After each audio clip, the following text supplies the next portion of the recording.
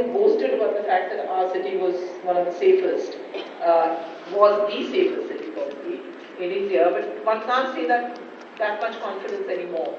So maybe you can share with us your own understanding of these issues, because you have actually looked at another side of Bombay that is now not highlighted so much in the media, where all the glitz and glamour of the financial sector is highlighted all the time, and people have forgotten what was the core of Bombay, in fact.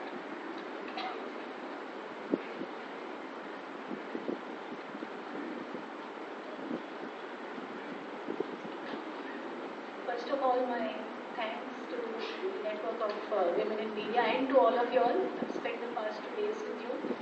And I'm hoping that what I'm going to say as a fellow journalist and of course as a Mumbai girl will elicit comments and reactions and responses from you.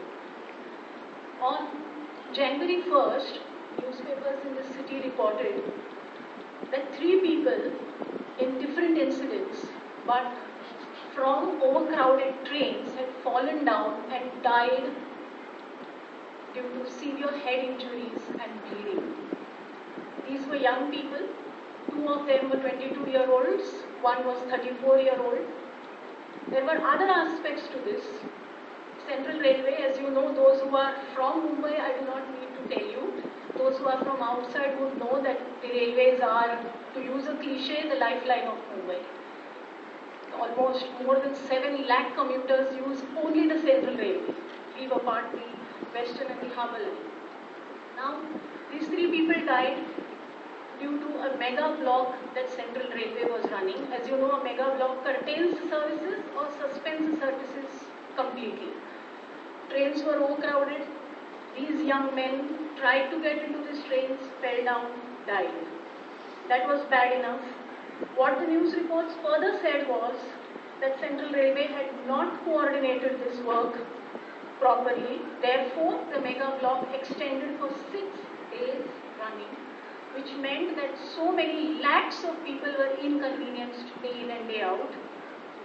Earlier, the practice was for Central Railway to coordinate with the BEST bus services so that extra services would be run. That is not being done. That practice has been stopped, which means that there were no bus services to take on the load. That is bad enough, and as we Indians love to say, rubbing salt into our wounds, the Central Railway spokesperson said these deaths had got nothing to do with the overcrowding or the mega block. Now, what amazed me was that there was not a whimper of protest in the city anywhere. 3 young people had died for no fault of their own. The Central Railway had been completely insensitive, but there was not a single public demonstration. There was not even a meeting demanding accountability. Why am I telling you this? You must be saying, what is the connection? You're supposed to be speaking about women's safety in public spaces. What has this got to do with women? Everything is connected. You cannot have the safety of women in public services or spaces in a vacuum. Women are not aliens that they will be safe as a section if the rest of the city's political, social consciousness is deteriorating to a point where it doesn't care, or is being brought to a situation where it cannot care, where it does not have the time and the energy to care. We were discussing when this topic had come up for discussion at the preparatory meeting. We were talking about how journalists, women journalists of my generation, used to travel home late at night from night duty, late shifts, and all of us, in fact all women of my generation, women journalists of my generation, remember how when we got into the trains, the compartments would be packed with workers from the night shift, from the second shift, men and women, not just the male workers. How at certain stations, the bar girls would enter the compartment in droves, and it used to be like a chirpy, cheerful ride. You did not even realize that you were traveling home at 11:30, 12 in the night. Yeah, I'm sorry. Today, of course, the bar girls are not there. There's no such thing as the second and the third shift. Why am I telling you all this? I'm telling you all this because I want to connect this with the fact that Mumbai was or is even till today considered one of the safest cities in India. And that has not come in a vacuum. That was not given to us. That status has been fought for.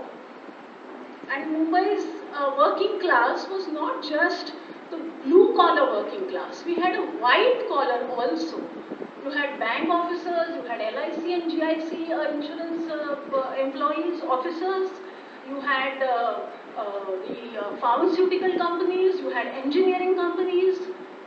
A lot has been written about mill workers, a lot has been documented about mill workers, but I think Mumbai's working class was made up of a lot of other industries whose histories have not been documented, workers whose lives have not been written about, and we enjoyed the fruits of their protest, of their ability to take collective action.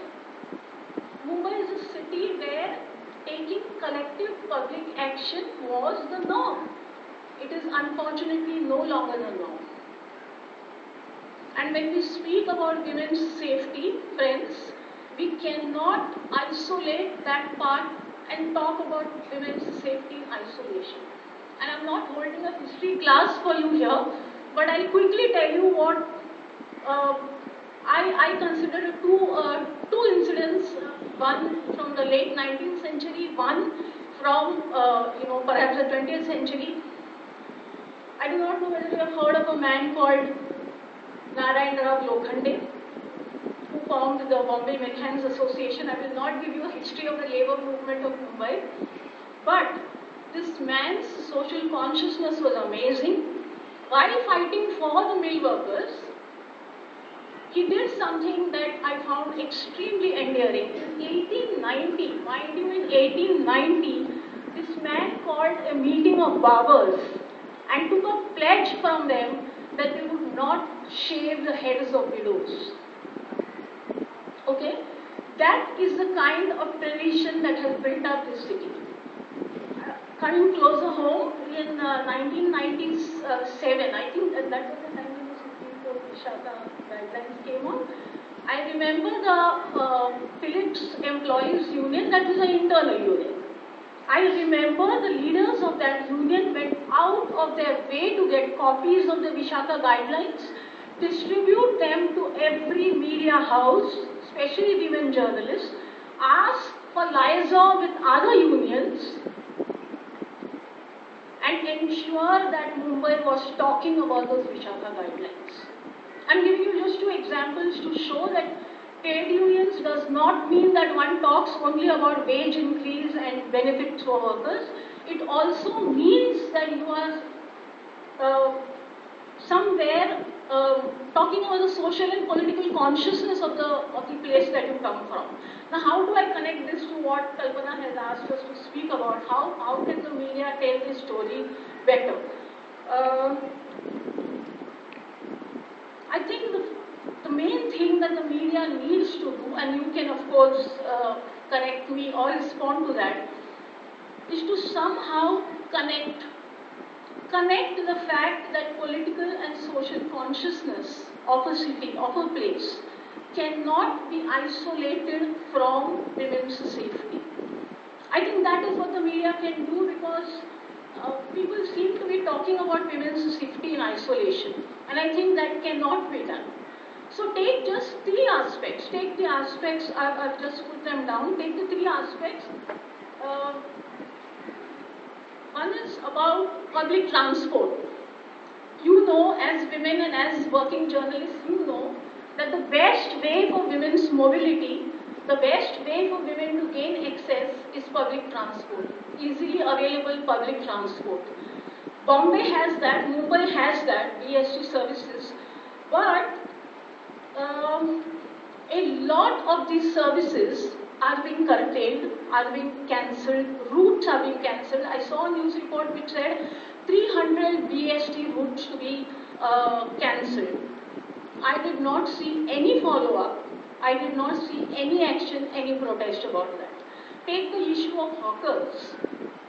Almost every women's organization has pointed out that where there are hawkers, where there is a buzz on the street, where there are people on the street, women's safety is that much more. Look at what is happening to the hawkers scene in Mumbai. They are being hounded out. The idea is that we should have clean and clear pavements to walk. Yes, of course we should have. I'm a citizen of Mumbai. I like to walk on clean and clear pavements. That does not mean you hound hawkers out. In any case, it's a slightly complex issue if one goes into the various complexities. But even this issue about the hawkers, I mean, does anyone look at the fact of how much they make an area safe? I mean, even studies in America have shown that even the New York subway, where hawkers and vendors stood, women's safety was more assured than places which were completely deserted. Jagori, that's the women's NGO in Delhi, that too has done a study. In fact, it has asked that certain areas have and be hawking zones so that there are hawkers on the streets when women are around. Take the issue of land and housing. The way people are being thrown kilometers and kilometers away from their working place, and women are commuting 2 and 3 hours to their place of work. Who will have the energy to stand and protest about deaths or anything if you are traveling 6 hours a day? So what I'm saying, friends, is these are not, perhaps what the media needs to do is to connect the dots, connect these facts to what is happening. That's all I want to say. Thank you.